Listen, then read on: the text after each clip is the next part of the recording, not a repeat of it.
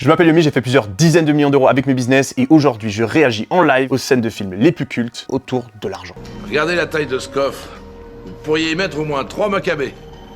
Alors ça c'est déjà un bon début, dans la vente c'est super important d'être drôle, de créer un lien, etc. Donc bah, là il y a une petite blague, bon ça passe pas vraiment, mais essayer de créer un rapport c'est toujours une bonne chose. Non, je déconne, j'essayais d'élever la discussion. Je vois, très drôle. Je vous remercie. Ah, de rien. Quel genre de voiture vous avez? Non, c'est une Lexus 430 LS. C'est comme une Toyota? C'est une Lexus. Ouais, Toyota, Lexus, pareil, c'est japonais. N'oublions pas Pearl Harbor, hein. Soyons sérieux 2 secondes. Vous la prenez ou quoi? Oui ou non? Ben, on va voir, on va y penser.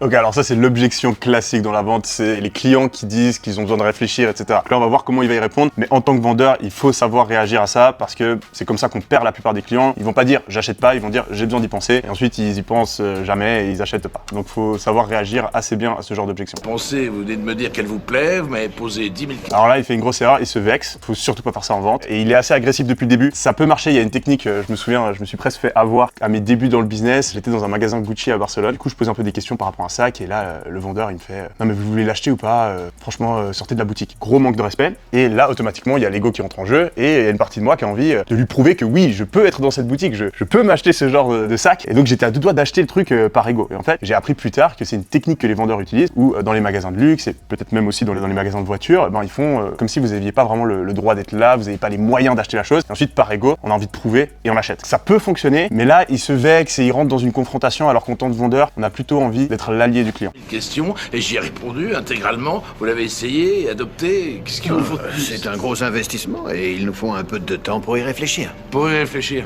Eh ben, en parlant de réfléchir, ça doit bien faire près d'1 heure que vous me cassez les couilles. Alors on l'a perdu.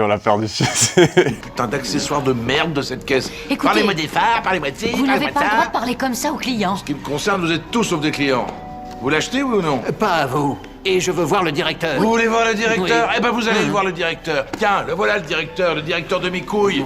Ok, alors là, en tant que vendeur, faut vraiment savoir maîtriser ses émotions. C'est super important de garder son calme. Il n'a pas fait preuve d'empathie. Première qualité que doit avoir un vendeur, c'est se mettre à la place du client, comprendre ses besoins et devenir son allié en posant des questions. Donc il aurait dû depuis le début leur demander qu'est-ce qu'ils recherchent dans une voiture, pourquoi est-ce qu'ils ont envie d'une voiture, quels sont leurs besoins, et ensuite, à l'aide de questions, diriger le client vers l'achat. Par exemple, s'il y a un client qui dit je suis pas prêt, ou j'ai besoin d'y penser, faut lui demander ok, vous avez besoin de penser à quoi. Et donc là, il va vous donner les objections et ensuite vous allez essayer de l'influencer pour contrer les objections jusqu'au moment où il est convaincu d'acheter. Oh, monsieur, on ne fume pas dans un avion, enfin. Qu'il dites-vous? Je trouve ça ridicule aussi. Vous en faites pas, je la fumerai vite. Ok, alors là, vraiment pas. Il faut surtout pas, quand on est dans une situation comme ça, on essaie de négocier quelque chose, être hautain. Directement, les personnes vont se mettre sur la défensive. Donc c'est cool dans les films et tout, ça fait le mec qui est trop fort, mais dans la vraie vie, ça fonctionne pas. Cigarette, je vais alerter les autorités. Stacy, est-ce que vous savez à quand remonte le premier vol non-fumeur? Non. 1973. Et est-ce que vous savez qu'en 1969, quand la clope n'était pas encore interdite sur les vols, on a envoyé des hommes sur la Lune? Non, je l'ignorais. La hostess, elle est déjà à moitié en train d'être obnubilée par le mec. Dans la vraie vie, ça fonctionne pas vraiment comme ça. Mais ce qu'il fait très bien, c'est qu'il est pas rentré dans un débat. Il est pas en train de dire oui, mais en fait, je devrais pouvoir fumer. Il est en train de raconter une histoire. Il est en train de poser des questions. Est-ce que tu sais quand est-ce qu'on pouvait fumer? Là, on ressent des émotions. Il est dans le storytelling. Il est en train de raconter une histoire, de jouer sur les émotions. Ça, c'est plutôt bien. Vous savez ce que c'est? Ce sont les vestiges de la belle époque. Et on en a scellé la fin. Et là, je sais pas si vous remarquez le ton de la voix aussi. Il met du rythme dans ce qu'il est en train de dire. On sent le discours et on se sent émotionnellement impliqué. Donc c'est bien. À commencer par les cendriers. Et aujourd'hui, je constate qu'on piétine allègrement notre bonne et vieille liberté. Et donc là, on n'est plus en train de parler d'une cigarette, on est en train de parler d'un combat pour la liberté des États-Unis. Donc en fait, il est parti d'une petite situation, et là, il fait un truc vraiment qui est grand, etc. Il est en train de shifter un peu le sujet de discussion, ce qui est pas mal. En ce temps-là, quand on prenait l'avion, on savait qu'on allait passer un bon moment. On fumait et on trinquait. Et les hôtesses de l'air, Stacy. Vous savez que vous pouvez être fier qu'une lignée d'hôtesses de l'air sexy vous ait transmis le flambeau? Vous vous rendez compte où on va? Aujourd'hui, on ne peut pas faire ne serait-ce qu'un pet de travers sans que quelqu'un nous balance au département de la sûreté intérieure. Assez, à bas l'injustice! Quand vous et moi, on aura les tempes grisonnantes, on pourra se rappeler de ce fameux jour où on s'est retrouvé à 10 000 pieds au-dessus de cette bonne vieille terre et où on en aura fumé une. Ok, donc on n'est plus en train de juste fumer une cigarette parce qu'on a envie de fumer, on est en train d'être un agent de la liberté des États-Unis. Donc c'est très bien, c'est très fort en termes de branding. Je suis assez sûr que si vous essayez ça dans l'avion, ça marchera pas. Bon là, c'est vraiment une situation trop compliquée, mais si on prend une situation un peu plus réaliste, si par exemple vous arrivez en retard et vous allez louper votre avion, la caisse est fermée, l'hôtesse de l'air elle vous dit c'est mort, vous pouvez plus embarquer, etc. Là, si vous êtes un bon négociateur, vous pouvez réussir. Et ce que je ferais, c'est pas justement d'essayer de faire un grand discours, etc. Mais c'est plutôt retourner la situation. Parce que la meilleure manière de vendre, c'est de poser des questions. Donc il faut pas arriver en étant en mode j'ai vraiment besoin de pouvoir prendre cet avion, vous vous rendez pas compte, il y a que 2 minutes de retard, etc. En général, ça marche pas. Le mieux, c'est de rendre l'hôtesse de l'air notre allié. Donc arriver et lui dire ah non, oui, d'accord, je comprends, oui, c'est bon, vous faites votre travail. Est-ce que vous arriviez, est-ce qu'il y a bien une astuce que vous avez peut-être pour me permettre de prendre cet avion? Je suis sûr que vous êtes capable de faire quelque chose. Est-ce que vous pouvez m'aider? Et là, elle va peut-être dire non. Et ensuite, là, vous enchaînez avec d'autres questions. Donc, est-ce qu'il y a aucun cas de figure possible dans lequel vous pouvez me faire entrer dans l'avion? Là, peut-être, elle va dire ah oui, il y a peut-être une manière de. Et donc, en fait, en posant des questions et en se mettant en situation un peu d'infériorité, en quelque sorte, c'est souvent comme ça qu'on arrive à obtenir des faveurs. Allô, John, comment ça va aujourd'hui?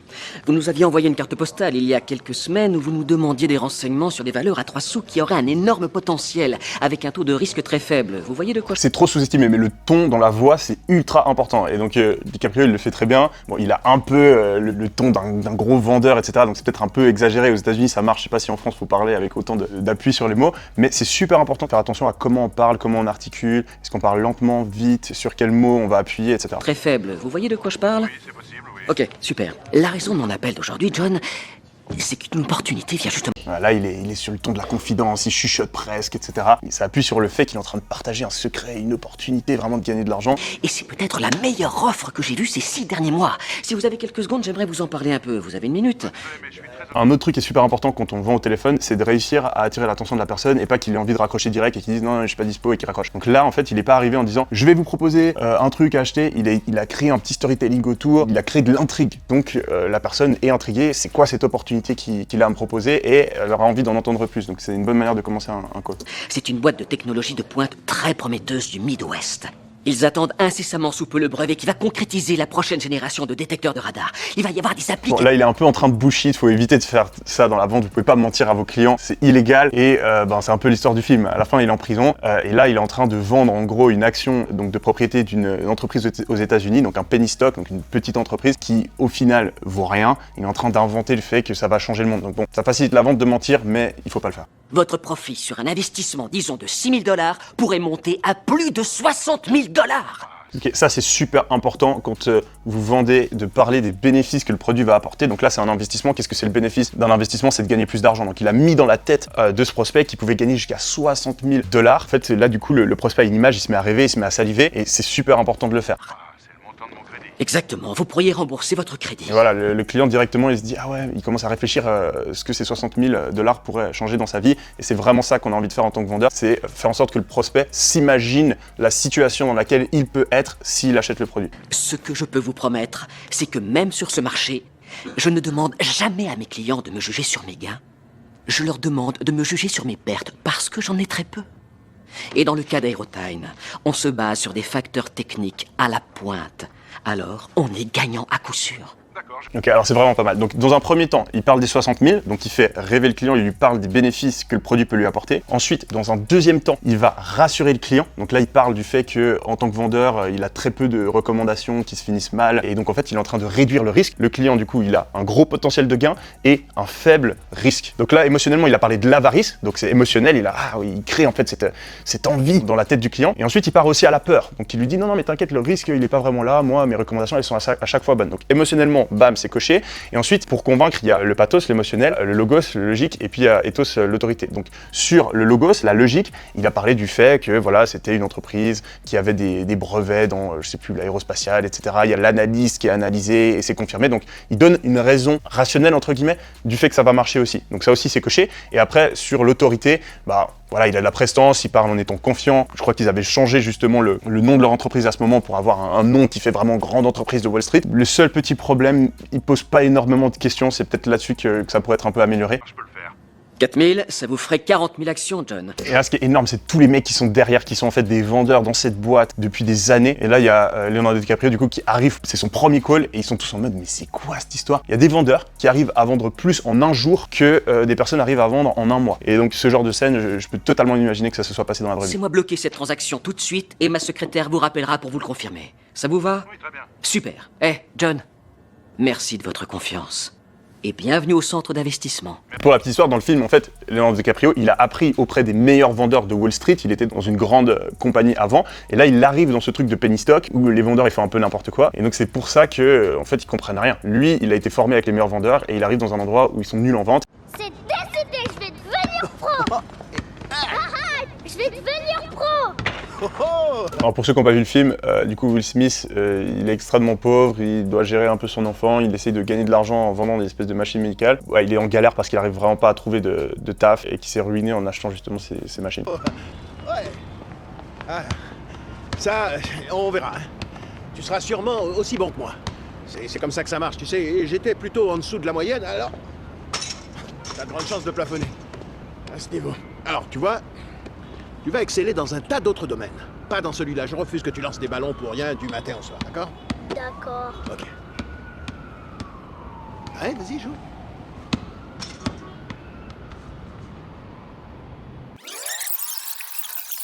Ne laisse jamais personne te dire que tu n'es pas capable. Même pas moi. Compris? Compris. Si tu as un rêve, tu dois le protéger. Tu verras que les gens incapables d'y arriver feront tout pour te décourager. Si tu veux vraiment quelque chose, t'as qu'à te battre. Point barre.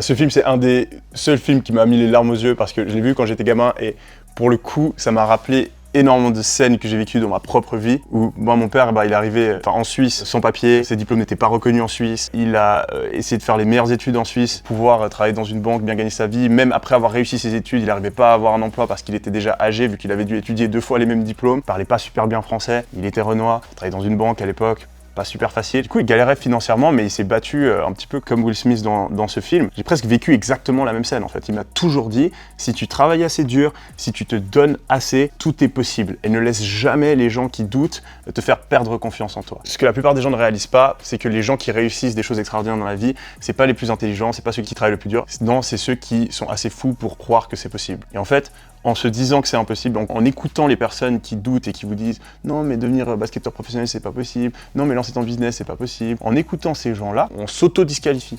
On aurait pu réussir potentiellement, mais vu qu'on n'a pas la capacité de croire en nous-mêmes, on s'inscrit même pas à la compétition. Comment pouvoir espérer atteindre le succès si nous-mêmes, on ne croit pas qu'on peut l'atteindre?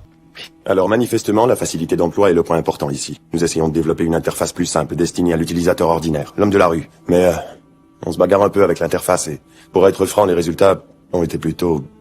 Merdique. Ouais. Qu'est-ce qu'il a sous le capot? Les trucs haut de gamme habituels, 64 4 RAM, écran d'affichage bitmap, processeur Motorola 6809. On va lui donner 68 000. Mais vieux, c'est le processeur de Lisa. C'est craqué, ça. Vieux. Au diable le budget. Il me faut ce processeur. Fait. Ce truc est pour l'homme normal. D'accord? Voilà notre utilisateur. C'est le prof d'école. C'est le petit éboueur. C'est l'ado. C'est une bonne grand-mère au fond du Nebraska. Oui? Alors, nous devons faire un appareil simple. Ok, un des génies de Steve Jobs, du coup, c'était justement de se mettre à la place du client et de comprendre ce dont le client avait besoin avant même que le client sache qu'il en a besoin. À l'époque, les ordinateurs, c'était seulement utilisé par les personnes qui s'y connaissaient, c'était très difficile à opérer. Et Steve Jobs, il a vraiment démocratisé l'ordinateur pour le grand public, et c'est ce qu'il est en train de dire. Il faut qu'on crée un outil qui peut être utilisé par tout le monde. Ça, c'est une erreur que fait encore aujourd'hui plein d'entrepreneurs. Ils vont réfléchir avec leur cerveau, avec leur compréhension de leur produit, comment est-ce qu'il devrait être, alors qu'il faut se mettre à la place des clients. Et ces négociations, nous sommes prêts à vous faire une offre très généreuse. Et nous sommes prêts à rejeter cette offre. Bon, alors il fait ça n'importe comment, mais c'est vrai, de manière générale, accepter tout de suite une offre de quelqu'un, c'est rarement la bonne idée, parce que les gens ont envie de négocier, ils donnent jamais leur meilleur prix du premier coup. Personnellement, je pense que j'ai économisé plus d'1 million d'euros en négociant dans ma vie, que ce soit sur l'achat de mon appartement, dans le business. Toujours, quand il y a un prix, il faut dire que c'est trop cher, expliquer qu'on a d'autres options, et essayer de faire descendre le prix. Sinon, on paye trop cher. Par contre, faut pas dire tout de suite, avant qu'ils aient même fait l'offre, je refuse votre première offre. Faut attendre la première offre et ensuite revenir avec une contre. Mec, vous n'avez même pas jamais accepté la première offre. Quelle est votre deuxième offre? Là, il a même pas entendu la première offre, il l'a déjà refusée. Faut attendre un peu. 12 000 $. Oh, vous vous moquez de moi. C'est une véritable insulte. Je n'ose même pas imaginer ce qu'était la première offre. Qu'est-ce que t'entends? Blablabla. Voilà la situation. Votre entreprise date de 4 semaines. Je connais ce métier et je connais les prix des fournisseurs. Je sais que vous ne pouvez pas faire de bénéfices en affichant des prix aussi bas. J'ignore comment vous faites, mais ça ne durera pas. Vous devez avoir peur. Vous êtes sûrement endetté. C'est la meilleure offre qu'on puisse vous faire. J'ai saisi votre situation et je vous retrace cette situation. Votre entreprise perd des clients de tous les côtés. Vous allez vous réunir avec vos actionnaires et vous allez devoir leur expliquer pourquoi la filiale qui vous rapportait le plus est mourante. Très très fort. Pour le coup, très très fort. Très très juste. Un des points les plus importants en négociation, c'est réussir à se mettre à la place de la personne avec qui on négocie. Et ça, les gens ne le font pas.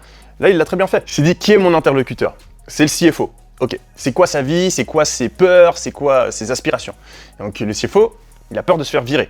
Et donc au lieu de dire c'est trop cher, nanana, il est allé jouer sur sa peur, il est allé dire ok, moi vous parlez de ma situation et du fait que vous pensez que mon entreprise va faire faillite, moi je pense que toi, si tu te démerdes pas, tu vas te faire virer. Et donc là il est allé réveiller la peur du CFO, il l'a contre-bluffé, c'est une bonne chose de le faire, en fait, d'expliquer qu'est-ce qu'on pense qui est la situation de la personne avec qui on négocie.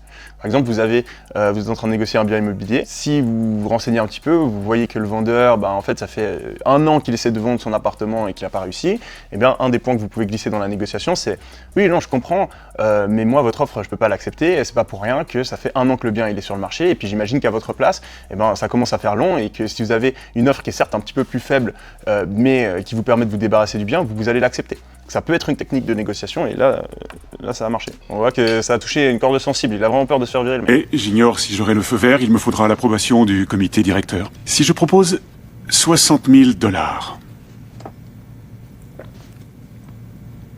Il faut d'abord qu'on en parle entre nous. Quelque chose. Ok, alors là, pas ouf. Il faut être sûr de soi dans une négociation, il y a du bluff. Hein. Et donc là, il dit 60 000. Là, on voit que pour lui, 60 000, c'est énorme. Ça aurait été mieux de réagir en mode...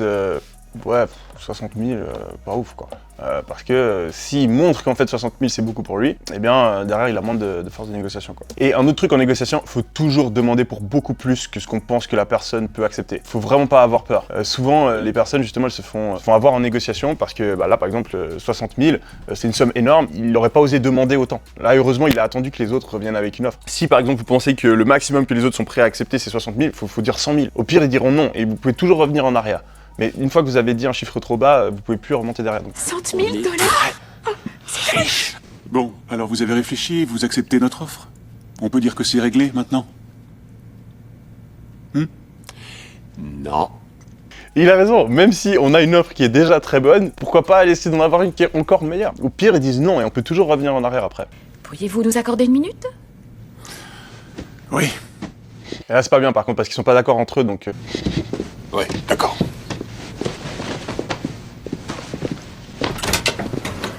Mais comment avez-vous pu faire ça, Michael? Là, je viens de perdre 60 000 $. Ah, parce que t'avais pas l'intention de partager? C'est beaucoup d'argent, d'accord, mais il faut en faire rentrer toutes les semaines. Il nous faut des emplois. Il vaut mieux avoir une canne à pêche qu'un poisson. Il vaut mieux avoir 60 000 $, hein, honnêtement. Non, Michael a raison. L'emploi, c'est plus... Là, ils pensent long terme plutôt que court terme, et aussi en négociation, des fois, il faut savoir dire non à beaucoup de cash tout de suite pour en fait avoir plus d'argent sur le long terme. Et c'est même dans l'autre sens, souvent c'est intéressant. Si vous avez par exemple quelqu'un qui est pressé de recevoir de l'argent, souvent vous pouvez payer beaucoup moins cher juste parce que vous payez vite. C'est comme ça que beaucoup de personnes font de l'argent en immobilier.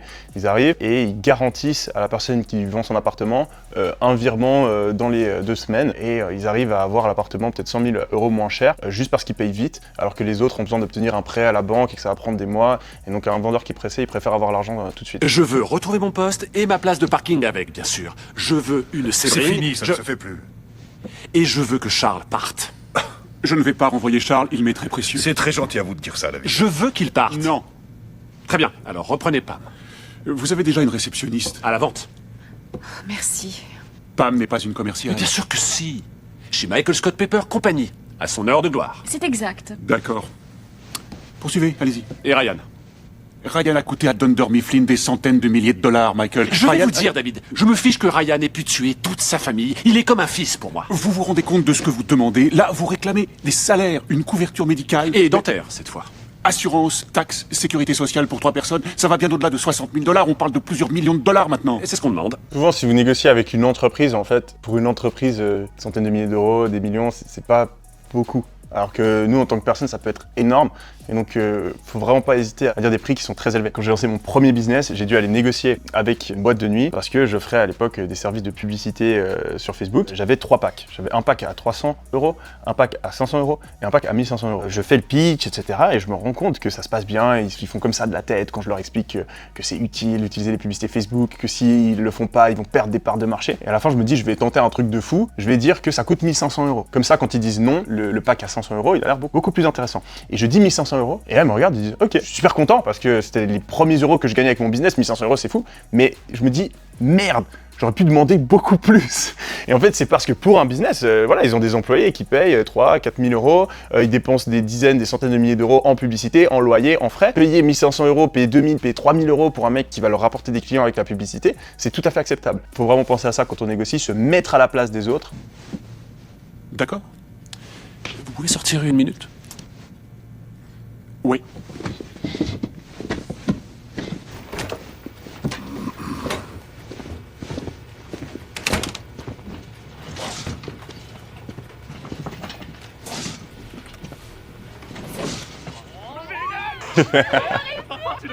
Ah, ça c'est un truc que je suis parano, jamais je parle dans une pièce qui n'est pas mes bureaux. Si je suis dans les bureaux de quelqu'un d'autre et que je dois négocier, jamais je parle parce que je me dis il y a un micro, on va m'entendre derrière la porte, donc faire gaffe. Et il a raconté histoire sur la vie à Silicon Valley, sur les fêtes à Stanford ou à LA et sur ses amis devenus millionnaires.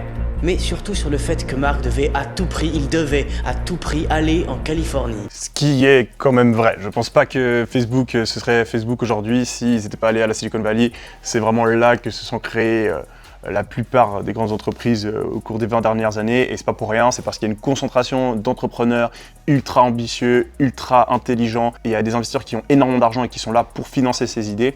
Et il y a un grand intérêt, il y a une grande utilité quand on est entrepreneur de se mettre dans un environnement qui favorise notre réussite. Ça va être très difficile de lancer un business à succès si vous êtes juste entouré de personnes qui n'ont aucune idée du business et qui sont là pour vous démotiver, pour vous dire que ça va pas marcher. Si à l'inverse, vous pouvez rencontrer des mecs comme Sean Parker par exemple, qui a déjà de l'expérience dans le business, a un réseau, peut vous présenter aux bonnes personnes, vous donner les bons conseils, eh bien vous avez beaucoup plus de chances de réussir. Et là, il a enchaîné sur The Facebook. Bon, alors dites-moi où vous en êtes. Eh ben, nous sommes présents dans 29 écoles. Nous avons plus de 75 000 membres. Dis-moi quelle stratégie vous suivez. Ok, par exemple, on voulait Baylor au Texas. Mais Baylor avait déjà un réseau social sur son campus. Alors au lieu de s'attaquer à eux de front, on a répertorié toutes les écoles dans un rayon de 200 km. Pour mettre The Facebook sur leur campus d'abord. Très rapidement, tous les jeunes de Baylor ont vu leurs amis sur notre site et on s'était implantés. Comme la bataille de Bighorn, c'est malin, Marc. Merci, c'était mon idée. Arrête. Et tu sais quoi, aide-nous à régler un différend. Je dis qu'il est temps de se faire de l'argent avec The Facebook, mais Marc refuse la publicité. Qui a raison? Pour l'instant, ni l'un ni l'autre. The Facebook, c'est cool et c'est pour ça que ça marche. Ouais. Il faudrait pas tout foutre en l'air avec la pub. La pub, c'est pas cool. Exactement. C'est comme si vous organisiez la fiesta du siècle au campus et qu'on disait qu'il fallait remballer avant 11h. C'est exactement ça. Vous vous rendez compte que vous savez pas encore ce que c'est? Jusqu'où ça va se développer, jusqu'où ça va aller, c'est pas... Ok, donc là, peut-être qu'aujourd'hui, c'est assez évident que Facebook ne devait pas commencer à mettre des pubs au début. À l'époque, ça l'était pas du tout. À l'époque, c'était nouveau d'avoir des boîtes qui perdent autant d'argent au début de leur histoire. Ça s'est vraiment accéléré au cours des dernières années où maintenant, les plus grandes entreprises qui lèvent des centaines de millions, ils font jamais de bénéfices, ils font que perdre de l'argent parce qu'ils pensent que dans le futur, quand ils seront assez gros, ils pourront gagner de l'argent. Des fois, ça marche pas. Des fois, ça marche. Pour Facebook, ça a marché. Et c'est pas le moment de quitter la partie. 1 million de $, c'est pas cool. Vous savez ce qui est cool, toi? 1 milliard de $. Ça nous a tous cloué le bec. Et c'est ce qui vous attend. Peser 1 milliard. Ouais, 1 milliard. Et quand on sait aujourd'hui, Facebook, ça vaut quoi, des centaines de milliards, je crois. C'était petit encore. Mais il faut savoir être ambitieux dans la vie. Ceux qui réussissent, c'est ceux qui croient que ça peut être énorme. Et là, Sean Parker, il a mis l'idée dans la tête de Zuckerberg et c'est ça qui lui a permis d'atteindre ses résultats. Il faut savoir que Facebook a eu une proposition de rachat à plus d'1 milliard. Mark Zuckerberg a, je crois, moins de 25 ans. Et le mec dit non. Il dit non à devenir milliardaire à 25 ans. Et il a eu raison, parce que s'il avait vendu à ce moment-là, il aurait perdu des centaines de milliards. Donc chapeau à lui, Mark Zuckerberg, c'est un des entrepreneurs que j'admire le plus. Il est très critiqué, plein de personnes se foutent de sa gueule, mais pour moi c'est un des mecs les plus smart qui existent sur Terre aujourd'hui. Peser $1 milliard. À moins d'être mal conseillé, dans ce cas vous auriez aussi bien pu créer une chaîne de bistrot à yaourt qui casse la baraque. Quand on va à la pêche, on peut attraper un tas de poissons ou on peut attraper un gros poisson. Vous avez déjà vu accrocher dans le salon de quelqu'un sa photo à côté de 14 truites? Non, il tiendra un marlin de moins de tonnes. Ouais. Excellente analogie. Ok, mais on sait tous qu'un marlin ne pèse pas... C'est vrai, dans le business, si on regarde, et j'ai fait l'exercice, hein, j'ai été prendre la liste Forbes de tous les milliardaires et je me suis amusé, j'ai cliqué. Il y en a plusieurs milliers, hein, donc j'ai passé plusieurs jours à le faire. Je vais aller cliquer sur chaque milliardaire, regarder ok, c'est quoi leur business, analyser comment est-ce qu'ils sont arrivés là. Et ce qu'on voit, c'est que l'extrême majorité des milliardaires l'ont fait avec un business. C'est-à-dire que c'est beaucoup plus efficace dans le business pour gagner beaucoup d'argent d'avoir un business sur lequel vous vous concentrez et que vous faites devenir extrêmement gros plutôt que d'avoir plein de petits business que vous additionnez. Mais ça, énormément de personnes ne le comprennent pas et ont envie de faire 40 choses en même temps. C'est une des plus grandes erreurs des entrepreneurs. À la fin du dîner, Marc lui mangeait dans la main. Il a réglé l'addition, il a dit à Marc qu'il se reparlerait bientôt et il était parti. C'est à ce moment-là qu'il a fait sa plus grosse contribution à l'entreprise. Enlevez le the. Juste Facebook. C'est plus net. Ouais, et donc là, branding, hein, et enlever le déterminant, ça, je pense, bien contribuer aussi à la réussite de Facebook. Ce que ce film il montre aussi une des difficultés du business, qui sont justement les embrouilles entre associés. Donc là, Eduardo, l'associé de Facebook, il a poursuivi en justice Mark Zuckerberg parce qu'il s'est fait destituer d'une partie de ses actions. Bon, c'est un processus qu'on appelle la dilution. En gros, ils lui ont mis à l'envers. Il a récupéré un petit peu d'argent, mais c'est pas le seul, il y a aussi les jumeaux qui étaient à Harvard, les Winklevoss Twins, qui aujourd'hui sont milliardaires grâce à la crypto, eux aussi ont poursuivi Mark Zuckerberg en justice parce que selon eux, c'est eux qui ont eu l'idée de Facebook au départ. Bien choisir ses associés, c'est ultra important. Ne vous associez pas à quelqu'un juste parce qu'il est là, il a l'air sympa. C'est un mariage, vous allez travailler ensemble pendant des années et si ça se passe mal, ça peut finir au tribunal. Donc super important de faire gaffe à ça. Donc comme on l'a vu, il y a pas mal de conneries dans les films, mais il y a aussi des choses qui sont vraies et qu'on peut apprendre en regardant des films de business. Moi j'adore faire ça, donc j'espère que ça vous a plu et puis n'hésitez pas à liker et à vous abonner. On se retrouve très prochainement sur la chaîne.